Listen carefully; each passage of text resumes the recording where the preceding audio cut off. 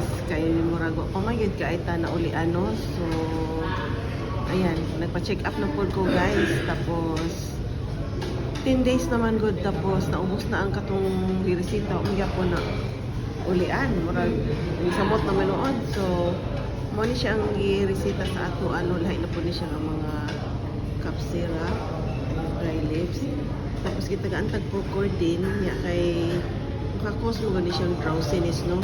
Night time daw inumon. So gina na po nga niya kay permanent night shift man ko. So buntag na ko ni siya inumon pag matulog ko. Balik ako adayon.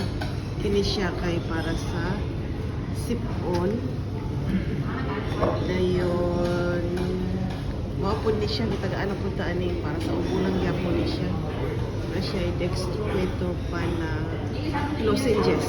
Nakainom na ko aning Procordin, so nunod na kong mag-sack ani nga ko PRN lang ni siya when necessary lang ning lozenges as needed. Yun lang guys for today's video. Thank you for watching. Babu!